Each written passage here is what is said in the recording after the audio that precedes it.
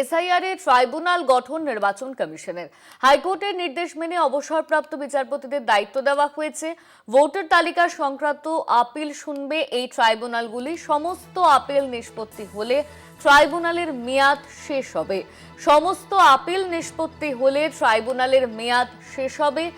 Voter তালিকা সংক্রান্ত appeal শোনা হবে। হাইকোর্টের নির্দেশে অবসরপ্রাপ্ত বিচারপতিদের দায়িত্ব।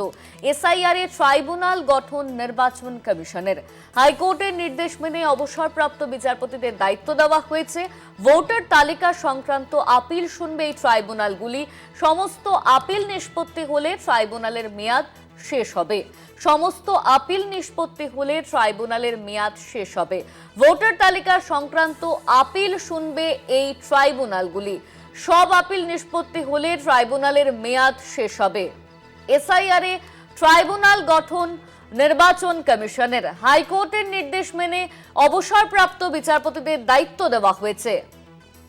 এই নিয়ে আমরা বিস্তারিত জানবো। আমাদের সঙ্গে ফোন লাইনে রয়েছেন আমাদের প্রতিনিধি সত্যসুন্দর ভট্টাচার্য। সত্য, দেখো, ইতিমধ্যেই নির্বাচন কমিশন, জাতীয় নির্বাচন কমিশন ভোটার তালিকার যে অ্যাপিল সংক্রান্ত যে অ্যাপিল, সেটা দ্রুত নিষ্পত্তির জন্য একাধিক যে ট্রাইব্যুনাল, সেই ট্রাইব্যুনাল গঠনের অ্যাপেলের ট্রাইব্যুনাল গঠনের জন্য ইতিমধ্যেই কিন্তু নির্দেশ দিয়েছে এবং হাইকোর্টের নির্দেশ মেনে অবসরপ্রাপ্ত যে সমস্ত বিচারপতিরা ছিলেন তাদেরকে কিন্তু এই দায়িত্ব দেওয়া হয়েছে। বিভিন্ন জেলার বিচারকরাও তারা এই দায়িত্বে রয়েছে এবং ভোটার তালিকা সংক্রান্ত যে অ্যাপিল, যে সমস্ত অভিযোগ রয়েছে সেই সংক্রান্ত শুনানি এই ট্রাইব্যুনালের মাধ্যমে হবে।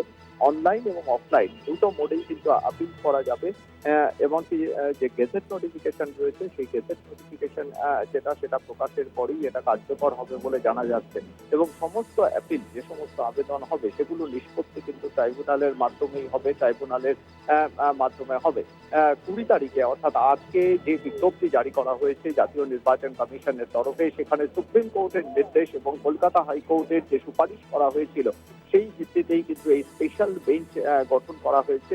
বিভিন্ন জেলা যারা প্রাক্তন বিচারপতি রয়েছে তাদের এই অ্যাপিলেট অথরিটি হিসাবে নিয়োগ করা হয়েছে এবং ভোটার তালিকায় নাম অন্তর্ভুক্তি করা এবং সেটা বাদ দেওয়ার ক্ষেত্রে কিন্তু সেই সিদ্ধান্ত, যে কোনো সিদ্ধান্ত, সেই সিদ্ধান্তের বিরুদ্ধে ওঠা এই অ্যাপিল কিন্তু তারা শুনবেন এবং ভোটার তালিকা প্রকাশের পর সংশ্লিষ্ট যিনি ব্যক্তি তিনি অনলাইনে জেলা শাসকের কাছে এবং মহকুমা শাসকের অনলাইনে করতে পারবেন, অথবা জেলা শাসক বা মহকুমা শাসকের দপ্তরে তিনি সরাসরি আপিল জানাতে পারবেন, এমনটাই কিন্তু জানানো হয়েছে। এবং কমিশন আরো স্পষ্ট করে জানিয়েছে যে অ্যাপিল নিষ্পত্তি সম্পূর্ণ হলে স্পেশাল ইন্টেন্সে যে সমস্ত সংশ্লিষ্ট যে সমস্ত স্পেশাল বেঞ্চগুলো রয়েছে সেই স্পেশাল বেঞ্চগুলির কার্যকালের যে মেয়াদ সেগুলো কিন্তু তারপরেই শেষ হবে এবং রাজ্য সরকার গেজেটে যাতে দ্রুত এই বিজ্ঞপ্তি প্রকাশ করেন সেই বিষয়টাও কিন্তু এই বিজ্ঞপ্তিতে জানানো হয়েছে। অর্থাৎ বিধানসভা নির্বাচনকে সামনে রেখে জাতীয় নির্বাচন কমিশনের এই পদক্ষেপ কিন্তু যথেষ্ট গুরুত্বপূর্ণ বলে মনে করা হচ্ছে। তার কারণ ভোটার তালিকার যে এসআইআর প্রক্রিয়া চলছে সেটা যাতে স্বচ্ছ এবং দ্রুততার সঙ্গে করা যায় সেই লক্ষ্যে কিন্তু এই ট্রাইব্যুনাল গঠন করা হয়েছে বলে কমিশন সূত্রে খবর।